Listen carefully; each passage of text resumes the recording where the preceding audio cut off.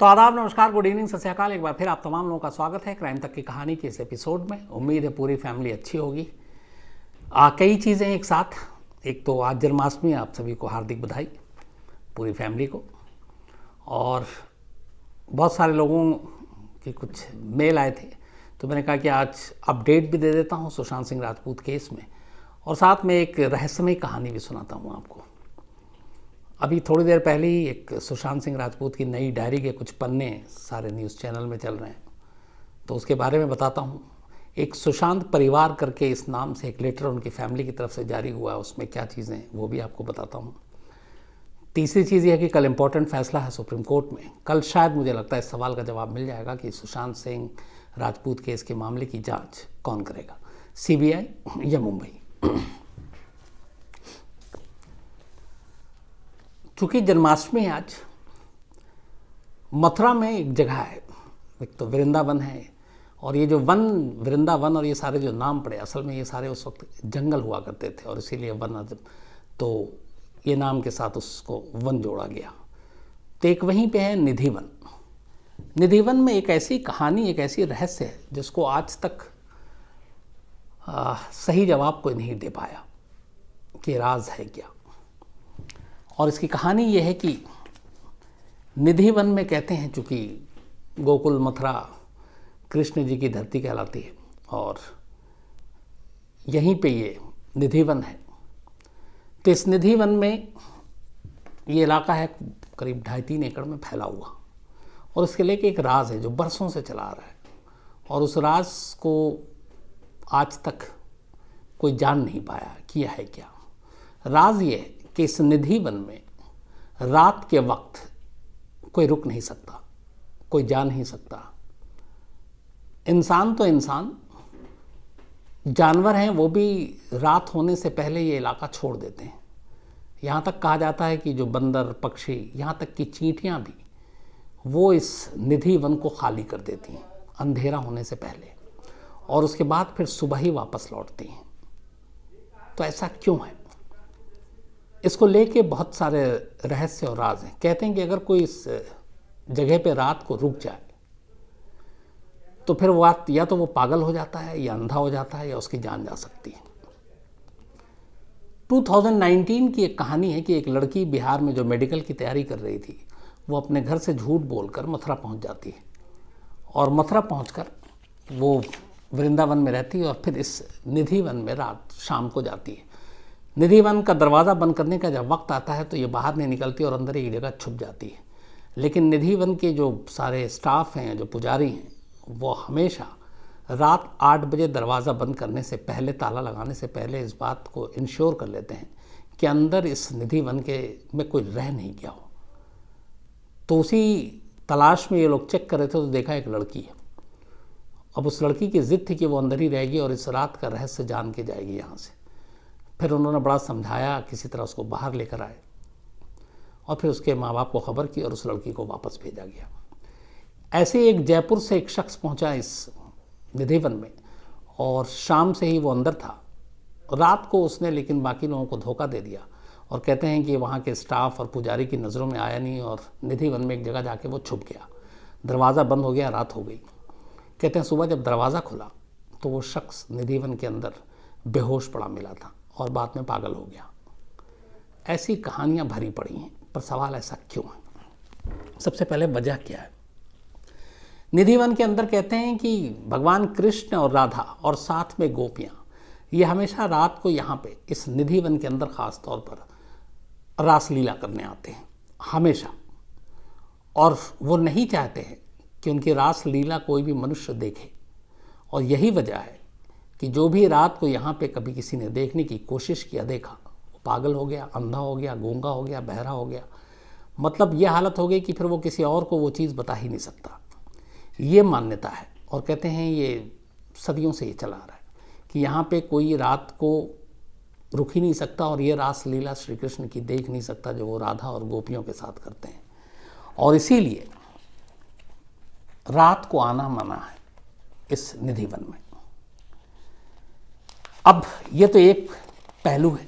दूसरी जो इसमें कहानी है वो ये है कि इस निधिवन के अंदर बाकायदा श्री कृष्ण जी का कमरा है और जो वहाँ के पंडित हैं, महंत हैं, वो सब ये बताते हैं कि आज भी उनके कक्ष में जाकर रात को हर शाम इस निधिवन को बंद करने से पहले बाकायदा श्री कृष्ण के कमरे में जाकर एक उनके कमरे में जो है चंदन का जो की खाट है उस पर बिस्तर लगाई जाती है, सजाई जाती है, दातुन रखा जाता है, पानी का लोटा रखा जाता है और यहाँ तक के पान भी रखा जाता है। और ये सारी चीज़ें रात को रखने के बाद कक्ष को बंद कर दिया जाता है और निधिवन के अंदर कोई जा नहीं सकता। और ये खुद सब कुछ हर रात आज भी पुजारी रखते हैं। और इन पुजारियों का ये दावा है कि अगले दिन सुबह जब वो दोबारा जाकर जब सुबह की मंगला आरती होती है और उसके बाद उनका कक्ष खोला जाता है तो अक्सर यही पाया गया है कि बिस्तर को देख के ऐसा लगता है कि जैसे वो अस्त व्यस्त हैं। जो दातुन है वो हमेशा गीली मिलती है, जो पान है वो खाया हुआ मिलता है, जो पानी का लोटा है वो खाली मिलता है। और आज भी वहाँ पे प्रसाद के तौर पे मक्खन रखा जाता है। तो ये वहाँ का कहना है कि हर रात इस कमरे में ऐसे ही होता है। ये सारी चीज़ें, दातुन गीली मिलती है, लोटा खाली मिलता है, बिस्तर अस्त व्यस्त मिलता है। और ये है कि यहाँ पे हर रात श्री कृष्ण खुद आते हैं, राधा आती हैं और गोपियाँ आती हैं और ये लोग वहाँ रासलीला करते हैं।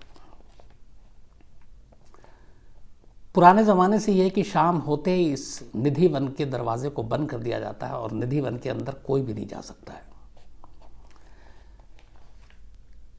ये चीज़ वहाँ पे जितने भी पंडित हैं, बाकी पंडा हैं, जो गाइड हैं, जो बहुत सारे आम लोग हैं, उन्होंने ही बताया कि हैरत की बात यह है कि ये सारी चीज़ें तो इंसानों पे हो जाती है कि चलो दरवाज़ा बंद हो गया, अब शाम के बाद यहाँ कोई नहीं रहेगा रात से लेकर सुबह तक। लेकिन ये देखा गया कि इस निधिवन में बहुत सारे बंदर हैं, पक्षियाँ हैं जो दिन भर वहाँ रहते हैं, पेड़ों पे बैठते हैं, चींटी हैं, चींटियाँ हैं। लेकिन ये सारे जो परिंदे हैं, जो जानवर हैं, जो चींटियाँ हैं, ये भी शाम होते ही इस निधिवन को छोड़ देती हैं और वहाँ से कहीं निकल लेती हैं बाहर। अगले दिन फिर सुबह ये सारे लोग वहाँ पहुँच जाते हैं। तो ये है कि शायद इनको भी रासलीला देखने की इजाज़त नहीं है। एक और अजीब चीज़ है इस पूरे निधिवन में, वो ये है कि इसमें जितने भी पेड़ लगे हुए हैं ये बहुत ही, ये शायद तुलसी के पेड़ हैं और ये आम पेड़ों के मुकाबले इनकी शाखाएं बिल्कुल अलग हैं इस निधिवन के पेड़ों की। बाकी पेड़ ऊपर की तरफ निकलते हैं, इनकी सारी शाखाएं हमेशा नीचे और मुड़ी हुई हैं और एक दूसरे से जुड़ी हुई हैं। एक ये भी कहा जाता है कि इस निधिवन के अंदर कुल 16,000 पेड़ हैं। एक इसके बारे में मान्यता ये भी कहा जाता है कि ये जो पेड़ हैं जिस तरीके से एक दूसरे से जुड़ी हुई हैं, इनकी शाखाएं नीचे की तरफ हैं, लिपटी हुई है। तो एक मान्यता ये है कि असल में 16,000 पेड़ नहीं है, 16,000 जो रासलीला होती है वहाँ पे श्री कृष्ण और राधा और बाकी जो गोपियाँ हैं, तो ये 16,000 गोपियाँ हैं जो रात को श्री कृष्ण जब वहाँ आते हैं तो ये गोपियाँ बन जाती और सुबह जाने के बाद फिर से ये पेड़ में तब्दील हो जाती हैं, पेड़ बन जाती। ये एक शुरू से मान्यता है और यही वजह है कि इस पेड़ को देख के ही बहुत ही अजीब लगता है। इस पेड़ की पूरी बनावट और सारी चीज़ें बिल्कुल डिफरेंट है बाकी आम पेड़ों के मुकाबले में। अब यहाँ से ये सारी चीज़ें तो हो गई कि रात को रासलीला होती है, इंसान नहीं देख सकता, जानवरों की भी इजाज़त नहीं है, पेड़ ऐसे हैं। पेड़ की में भी है कि करीब 16,000 वो पेड़ नहीं है बल्कि गोपियाँ हैं जो दिन में पेड़ में तब्दील हो जाती हैं जब इंसान वहाँ पहुँचता है, रात को वो गोपियाँ बन जाती हैं जब श्री कृष्ण वहाँ पहुँचते हैं। इस निधिवन के आसपास कुछ बस्तियाँ भी हैं, उन बस्तियों में 2-3 मंजिले मकान भी हैं। अब वहाँ पे रहने वाले लोगों तक भी ये बात पहुँची तो कहते हैं कि वहाँ पे जब ये बात पहुँची तो शाम को जैसे ही मंदिर में आरती होती है और उसके बाद ये निधिवन को बंद किया जाता है और जब घंटा बजता है तो ये आसपास के इलाके के कॉलोनी में जो घर हैं, कहते हैं कि वो सारे अपने खिड़कियां बंद कर लेते हैं क्योंकि दूर से निधिवन दिखाई देता है। तो उनको ये लगता है कि अगर उन्होंने खिड़कियां खोली और निधिवन की तरफ देख लिया, कुछ दिखाई दे गया, तो वो भी अंधे हो जाएंगे, गूंगे हो जाएंगे, बहरे हो जाएंगे, पागल हो जाएंगे या जान भी जा सकती है। कई लोगों ने अपनी खिड़कियों पे ईंटें लगा रख दी और कई ऐसे घर बनाए जिनकी खिड़कियां इस निधिवन की तरफ खुलती हैं लेकिन उन्होंने खिड़कियां बनाई नहीं, खिड़कियां बंद कर ली, बल्कि दीवार बना ली। और उनका कहना है कि 7 बजे के बाद आसपास की जितनी भी ऐसी इमारतें हैं जहाँ से निधिवन दिखता है, वो सारी खिड़कियाँ वो बंद कर देते हैं। जहाँ जहाँ खिड़कियाँ हैं, बहुत से लोग तो खिड़कियाँ बनाते ही नहीं। इसके अंदर कई समाधियाँ भी हैं और उन समाधियों के लिए एक बातें आती है, वो ये है कि बहुत सारे ऐसे लोग जो वहाँ गए, उन्होंने देखा और उसके बाद उनकी समाधि बन गई और वो वहीं उनको फिर सारी समाधियाँ वहाँ पे है।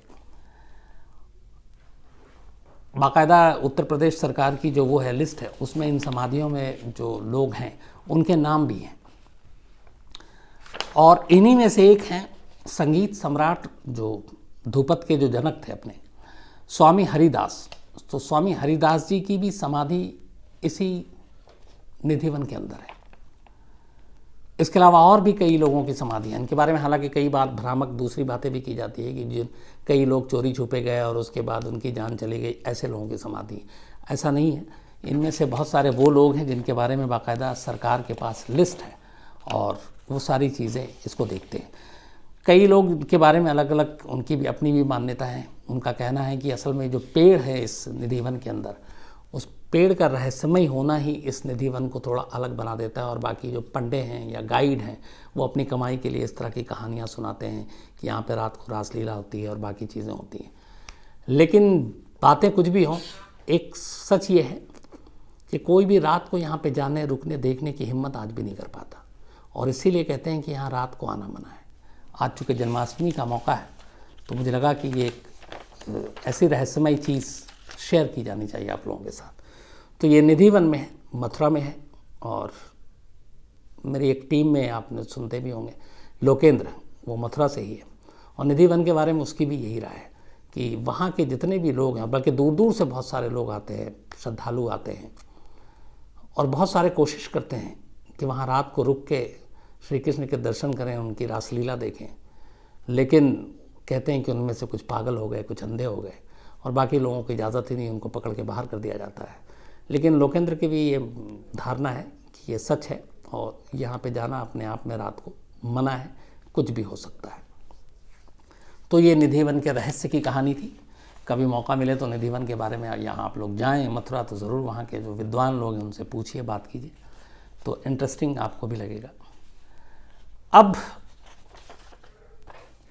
सुशांत सिंह राजपूत के केस के अपडेट को लेकर कुछ डायरियाँ आई हैं सुशांत सिंह राजपूत के हाथ के लिखी हुई। ये डायरी सन 2018 और 19, कुछ पार्ट्स 2017 के भी हैं, जिसमें सुशांत सिंह राजपूत ने बाकायदा अपनी हैंडराइटिंग में अपने फ्यूचर प्लानिंग के बारे में लिखा है।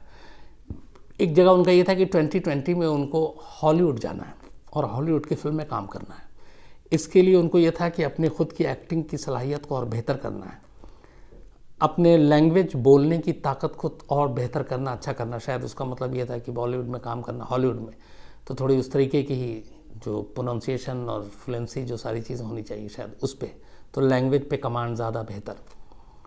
इसके अलावा उनका ये था कि 50 लोगों की एक कोर टीम के साथ मिलकर प्रोडक्शन हाउस बनाना है, एजुकेशन एनवायरनमेंट पे काम करना है और उसमें कुछ नाम भी हैं। तो ये सारे लाइफ के गोल थे और ये गोल ये था अल्टीमेटली कि 2020 का ये सारा टास्क रखा गया था। लेकिन अब इसमें यह है कि सुशांत सिंह राजपूत जब इतना कुछ सोच रहे थे तो फिर अचानक ये मौत कैसे हुई। तो बात वही है कि फिर 2017, 18 और 19 मई तक की ये डायरी जो मिली है वो लिखी हुई थी। और शायद यही वो वक्त था मई जिसके बाद रिया चक्रवर्ती सुशांत की ज़िंदगी में आती हैं। उसके बाद सारी चीज़ें ही शायद पलट जाती हैं। इन चीज़ों से फिर रिया ज़्यादा कब्ज़ा कर लेती हैं। तो आगे क्या होता है वो तो जांच में ही पता चलेगा। और सीबीआई जांच या मुंबई पुलिस की जांच, ये हमें कल पता चलेगा। लेकिन इसी दौरान आप लोगों ने सुना होगा कुछ आजकल इस मामले को इतना पॉलिटिकल और इतना ख़राब कर दिया गया है कि अब सीधे एक एक्टर, एक होनहार एक्टर की मौत को बाज़ार में तमाशे के तौर पे अब पेश किया जा रहा है। अजीब अजीब इल्ज़ाम लग रहे हैं जो तकलीफ़ पहुंचाते हैं नेताओं के, अलग अलग लोगों के। अब एक शख्स की मौत हुई, उसके परिवार के बारे में भी अजीब अजीब बातें हो रही हैं। एक ने ये बयान दिया कि सुशांत सिंह राजपूत शायद अपने जीते जी इतने कभी मशहूर ना होते, मौत ने मशहूर ज़्यादा कर दिया। एक कहा कि सुशांत के अपने पिता के साथ शुरू से ही अच्छे संबंध नहीं थे, उनके पिता ने दूसरी शादी की थी। ये सारी चीज़ें जिनका कोई मतलब नहीं है जांच से या फिर बाकी चीज़ों से, लेकिन हो इसलिए रही हैं कि इस मामले का पूरा राजनीतिकरण हो गया है। सुशांत के घर वालों ने, जो संजय राउत है शायद, जिन्होंने ये बयान दिया था कि अच्छे रिश्ते नहीं है, नोटिस भी भेजा है, 24-48 घंटे के अंदर माफ़ी मांगने के लिए कहा है। लेकिन अब बातें सीधा सीधा परिवार के ऊपर उंगलियां उठ रहे हैं, परिवार के ऊपर कीचड़ उछाले जा रहे हैं। मैं ये कहता हूँ कि जो भी सच है, जो भी मौत की वजह है, वो ज़रूर सामने आनी चाहिए, लेकिन एक मौत को इस तरीके से तमाशा नहीं बनाना चाहिए और लोगों को कुछ भी बोलने से पहले सोचना चाहिए। लेकिन अफसोस हो नहीं रहा है, क्योंकि अब मामला इसमें राजनीति ज़्यादा हो गई। और इन्हीं चीज़ों को देखते हुए सुशांत की फैमिली की तरफ से एक बहुत ही इमोशनल लेटर लिखा गया और वो लेटर आम किया गया। उस लेटर में किसी एक का नाम नहीं है। सुशांत की फैमिली में कुल मिलाकर अभी देखें तो हम 6 लोग थे, अब सुशांत रहे नहीं तो अब 5 बचे। तो इन 5 जो जिंदा हैं, सुशांत के पिता और उनकी 4 बहनें, उनकी तरफ से ये लेटर है और इसीलिए इस लेटर का सुशांत का परिवार के नाम से ही है। जो लेटर में लिखा गया है वो हूबहू जस का तस जो है वो मैं आपको सुनाना चाहता हूँ। इस लेटर की शुरुआत एक शेर से हो और इस शेर का पहले शेर सुनाओ, फिर मैं इसका कोशिश करूँगा जो मेरी समझ है कि शेर में क्या कहना चाहता है सुशांत का परिवार, वो मैं समझाऊँ। कि तू इधर उधर की ना बात कर, ये बता कि काफिला क्यों लुटा। तू इधर उधर की ना बात कर, ये बता कि काफिला क्यों लुटा। मुझे रहजनों से गिला नहीं, तेरी रहबरी का सवाल है। रहजन मतलब वो होते हैं जो रास्ते में लूट लेते हैं, रास्ते के लुटेरे। रह मतलब रास्ता और जन यहाँ पे लुटेरों से। तो मुझे रहजनों से गिला नहीं, मतलब मुझे लुटेरों से कोई गिला नहीं है, शिकायत नहीं है। तेरी रहबरी का सवाल है, मतलब तेरी लीडरशिप, तेरे नेतृत्व, इसका सवाल है। तो मुझे लगता है कि यहाँ पे दोनों चीज़ें हैं। एक सीधे सीधे इस लाइन में सरकार या पुलिस के ऊपर उंगली उठाई गई है कि बाकी जो कह रहे हैं मुझे नहीं मालूम तुम्हारी जांच कैसे चल रही है। दूसरा, यहाँ पे रिया चक्रवर्ती भी एक कैरेक्टर हो सकती हैं, वो इसलिए कि बाकी जो चीज़ें हुई ना हुई तुम्हारे साथ था वो, तो तुमने उसकी कैसे देखभाल की। लेकिन इस शेर के पीछे का असली मकसद क्या है, ये शायद सुशांत का परिवार ही खुलकर बता सकता है। मेरी जितनी समझ है उसमें से 2 मतलब इसके निकलते हैं। तो इन 2 लाइनों के शेर के बाद जो ख़त लिखा गया है वो हूबहू आपको पढ़ाऊंगा, इसमें मेरी तरफ से एक शब्द भी नहीं है। कुछ साल पहले की बात है, ना कोई सुशांत को जानता था ना उसके परिवार को। आज सुशांत की हत्या को लेकर करोड़ों लोग व्यथित हैं और सुशांत के परिवार पर चौतरफा हमला हो रहा है। टीवी अखबार पर अपना नाम चमकाने की गरज से कई फर्जी दोस्त भाई मामा बन अपनी अपनी हाँक रहे हैं। ऐसे में बताना ज़रूरी हो गया है कि आखिर सुशांत का परिवार होने का मतलब क्या है। यहाँ सुशांत का परिवार कोट अनकोट नहीं। सुशांत के माता पिता कमाकर खाने वाले लोग थे, उनके हंसते खेलते 5 बच्चे थे। उनकी परवरिश ठीक हो इसलिए 90 के दशक में गांव से शहर आ गए, रोटी कमाने और बच्चों को पढ़ाने में जुट गए। एक आम भारतीय माता पिता की तरह उन्होंने मुश्किलें खुद झेली, बच्चों को किसी बात की कमी नहीं होने दी। हौसले वाले थे, सो कभी उनके सपनों पर पहरा नहीं लगाया। कहते थे कि जो कुछ 2 हाथ पैर का आदमी कर सकता है तुम भी कर सकते हो। पहली बेटी में जादू था, कोई आया और चुपके से उसे परियों के देश ले गया। ये बड़ी बहन के बारे में। दूसरी राष्ट्रीय टीम के लिए क्रिकेट खेली, तीसरी ने कानून की पढ़ाई की तो चौथी ने फैशन डिज़ाइनिंग में डिप्लोमा किया। 5वां सुशांत था, ऐसा जिसके लिए सारी माएँ मन्नत मांगती हैं। पूरी उम्र सुशांत के परिवार ने न कभी किसी से कुछ लिया न कभी किसी को अहित किया। सुशांत के परिवार को पहला झटका तब लगा जब माँ असमय चल बसी। फैमिली मीटिंग में फैसला हुआ कि कोई ये ना कहे कि माँ चली गई और परिवार बिखर गया, सो कुछ बड़ा किया जाए। सुशांत के सिनेमा में हीरो बनने की बात उसी दिन चली। अगले 8-10 साल में वो हुआ जो लोग सपनों में देखते हैं। लेकिन अब जो हुआ है वो दुश्मन के साथ भी ना हो। एक नामी आदमी को ठगों बदमाशों लालचियों का झुंड घेर लेता है। इलाके के रखवाले को कहा जाता है कि बचाने में मदद करें, अंग्रेज़ों के वारिस हैं, एक अदना हिंदुस्तानी मरे इन्हें क्यों परवाह हो। यहाँ लालचियों ठगों बदमाशों रिया और उसकी फैमिली के लिए है, और जो रखवाले हैं अंग्रेज़ों के जो वारिस हैं ये मुंबई पुलिस के लिए है। 4 महीने बाद सुशांत के परिवार का भय सही साबित होता है। अंग्रेज़ों के दूसरे वारिस मिलते हैं, दिव्यचक्षु से देखकर बता देते हैं कि ये तो जी ऐसे हुआ है, व्यवहारिक आदमी है, पीड़ित से कुछ मिलना नहीं, सो मुलजिम की तरफ हो लेते हैं। अंग्रेज़ों के एक और बड़े वारिस तो जलियांवाले फेम जनरल डायर को भी मात दे देते हैं। सुशांत के परिवार को कहते हैं कि तुम्हारा बच्चा पागल था, सुसाइड कर गया, होता रहता है, कोई बात नहीं, ऐसा करो कि 5-10 मोटे मोटे लालाओं के नाम लिखवा दो, हम उसका भूत बना लेंगे। लालाएं यहाँ मतलब बॉलीवुड के बड़े बड़े प्रोड्यूसर। सुशांत के परिवार को शोक मनाने का भी समय नहीं मिलता है। हत्यारों को ढूंढने की बजाय रखवाले इसके मृत शरीर की फोटो प्रदर्शनी लगाने लगते हैं। उनकी लापरवाही से सुशांत मरा इतने से मन नहीं भरा तो उसके मानसिक बीमारी की कहानी चला उसके चरित्र को मारने में जुट जाते हैं। सुशांत के परिवार ने मोटे लालों का नाम नहीं लिया तो क्या हुआ, अंग्रेज़ों के वारिस हैं, कुछ भी कर सकते हैं। सो फैशन परेड में जुट गए।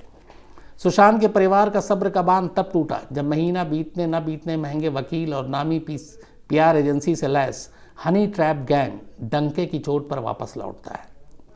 सुशांत को लूटने मारने से तसल्ली नहीं हुई सो उसकी स्मृति को भी अपमानित करने लगता है। उनकी बारात में रखवाले भी साफा बांधे शरीक होते हैं। सच्ची घटनाओं से प्रेरित उपन्यास गॉडफादर में उसके माफिया किरदार डॉन कोरलियोन ने कहा था कि अमेरिका एक सुंदर देश है, यहाँ कानून का राज है। ये तंज है यहाँ हिंदुस्तान और उसके कानून पर। सवाल सुशांत की निर्मम हत्या का है। सवाल ये भी है कि क्या महंगे वकील कानूनी पेचीदगियों से न्याय की भी हत्या कर देंगे। इससे भी बड़ा सवाल है कि अपने को एलिट समझने वाले, अंग्रेजियत में डूबे पीड़ितों को हिकारत से देखने वाले नकली रखवालों पर लोग क्यों भरोसा करें। सुशांत का परिवार, जिसमें 4 बहनें और एक बूढ़ा बाप है, को सबक सिखाने की धमकियां दी जा रही। एक एक कर सबके चरित्र पर कीचड़ उछाला जा रहा है। सुशांत से उनके संबंधों पर सवाल उठाए जा रहे हैं। तमाशा करने वाले और तमाशा देखने वाले ये न भूलें कि वो भी यही हैं। अगर यही आलम रहा तो क्या गारंटी है कि कल उनके साथ ऐसा नहीं होगा। हम देश को उधर लेकर क्यों जा रहे हैं जहां अपने को जागीरदार समझने वाले अपने गुर्गों से मेहनतकशों को मरवा देते हैं और सुरक्षा के नाम पर तनख्वाह लेने वाले खुलेआम बेशर्मी से उनके साथ लग लेते हैं। ये खत है सुशांत के परिवार का। ये सारा खत जो सुशांत और सुशांत के पिता के रिश्तों को लेकर बयान है, जिस तरीके से परिवार पे कीचड़ उछाला गया, शायद उसी मजबूरी में इसको फिर इस खत को लिखा गया। जैसा मैंने पहले भी कहा कि ऐसी चीज़ों को तमाशा नहीं बनाना चाहिए, लेकिन अफसोस की बात यह है कि ये हो रहा है। उम्मीद यह है कि कल एक बार सुप्रीम कोर्ट का फैसला आ जाए और उसके बाद ये सारी चीज़ें फिर रुक जाएं और जो सही सवाल है जिसका जवाब सबको जानना चाहता हूँ, सिर्फ उस जवाब का हम लोग बात करें कि सुशांत की मौत के पीछे की वजह क्या है। तो ये थी पूरी कहानी, लेकिन आज मैं कुछ नोट करके लाया हूँ, कुछ आप लोगों के सवाल भी हैं, इन्हीं सवालों के जवाब भी इसमें देता हूँ मैं। संदीप बनर्जी हैं, इन्होंने एक स्टोरी लिस्ट भेजी है, कहानी सुनना चाहते हैं। संदीप साहब जल्दी सुनाता हूँ। अनु रत्ता हैं और ये मुंबई इन्वेस्टिगेशन इसी केस की कि मैजिस्ट्रेट के सामने मुंबई पुलिस ने क्यों नहीं अब तक उन्होंने रिपोर्ट दी। तो अनु, जब तक कभी मुंबई पुलिस ने यही कहा कि केस की जांच ही जारी है, कोई न क्लोजिंग रिपोर्ट है न FIR है, शायद इसलिए वो मैजिस्ट्रेट के पास भी नहीं गए और इसीलिए उनकी भद भी पिट रही है। फ़हीम अशरफ हैं और इनको पता नहीं क्यों लगा कि आज कहानी नहीं आएगी। एडवोकेट उर्मिला वर्मा है, परीक्षित गोस्वामी है। विकास दुबे में अपडेट पूछ रहे थे। विकास दुबे की अभी जुडिशियल इंक्वायरी चल रही है, उसकी रिपोर्ट नहीं आई, लेकिन एक बार मैं कल पता करता हूँ कि बाकी क्या अपडेट है। एक इनमें से और जो था उसने अपने आप को सरेंडर कर दिया खुद थाने पहुँचकर, तो और बाकी अभी कोई अपडेट नहीं है। प्रद्युम्न जोशी हैं, thank you very much mail लिखने के लिए। चंद्र प्रकाश हैं BSF से, इन्होंने भी एक कहानी की लिस्ट भेजी है, जल्दी सुनाता हूँ चंद्र साहब। शंकर कामले हैं, इनका कहना है विकी पाजी के साथ जल्दी आइए, मैं जल्दी आता हूँ, IPL शुरू होने दीजिए। अमिताभ राजन हैं और लंबा चौड़ा इन्होंने मेल लिखा है, मैंने पढ़ा। अमिताभ साहब आपको जवाब देता हूँ। रिचर्ड हैरिस हैं, इसके अलावा एहराज खान हैं, इसके अलावा तेपन तेजस्वी हैं, KC जडेजा हैं, इन्होंने भी कहानी की लिस्ट भेजी है। साकेत कुमार हैं और इन्होंने पूछा है कि मेरी क्या राय है इस सुशांत केस में कि इस केस की जांच किसको करनी चाहिए, CBI या मुंबई पुलिस। संकेत साहब, 25 जुलाई से पहले मुझे लगता था कि मुंबई पुलिस जांच कर रही है, ठीक है, हो जाना चाहिए। अब जिस तरीके से ये तमाशा हो गया और जिस तरीके से अब फैमिली पे भी कीचड़ उछाला जा रहा है, जिस तरीके से दोनों तरफ अब ज़ुबानी जंग चल रही है, मुझे लगता है कि अगर इस वक्त मुंबई पुलिस जांच करके अपनी पूरी रिपोर्ट दे दे तो शायद किसी को बिलीव भी नहीं होगा कि चाहे वो सच हो कि मुंबई पुलिस ने सही जांच की होगी। तो इस सूरत में मुझे लगता है, मेरी पर्सनल ये है ओपिनियन, कि इस मामले की जांच CBI को दे देनी चाहिए और कल अगर कोर्ट ऐसा फैसला लेती है तो मुझे लगता है इससे बेहतर कुछ नहीं होगा। तो अब मैं भी खिलाफ हूँ कि मुंबई पुलिस इस मामले की जांच करे। मुझे लगता है कि इस मामले की जांच सीबीआई को करनी चाहिए। संजय पटेल हैं और इन्होंने कहा है राहत इंदौरी साहब पे कभी कहानी सुनाए, झीरम घाटी पे भी। तो संजय साहब, मैं किसी दिन बैठ के कहानी क्या बातें सब बताता हूँ। विशाल भारती हैं, अरविंद यादव हैं। अरविंद यादव जी की वाइफ आकांक्षा यादव बीमार है बहुत गोरखपुर में, तो इन्होंने मेल लिखा था। तो अरविंद साहब, पूरी क्राइम तक फैमिली की तरफ से दुआ है जल्दी अच्छी हो जाए और आप लोग फिर वैसे ही कहानी सुनते रहें। मेरी भी दुआ है आपकी वाइफ अच्छी हो जाए। गौरव पांडे हैं, चक्रधर ज़िला सिंहभूम से। सुनील तिवारी हैं, इन्होंने कहा था गौरव पांडे ने कि मेरा पूरा ज़िला गांव सब बताइएगा, तो चक्रधर ज़िला सिंहभूम, गौरव पांडे साहब। सुनील तिवारी हैं, इसके अलावा आकाशदीप श्रीवास्तव हैं। आज हमारे क्राइम तक फैमिली मेंबर गौरव विनोर का बर्थडे, बल्कि 10 अगस्त को था, तो बिलेटेड हैप्पी बर्थडे गौरव। इसके अलावा सौरभ घोष और अमित टीकम, सौरभ और अमित का भी बर्थडे है, तो आप दोनों को बहुत बहुत जन्मदिन की बधाई, हैप्पी बर्थडे। तो आज इतना ही, कल मुलाकात होगी आपसे रात 9 बजे किसी नई कहानी के साथ। तब तक अपना ख्याल रखिएगा। Thank you very much.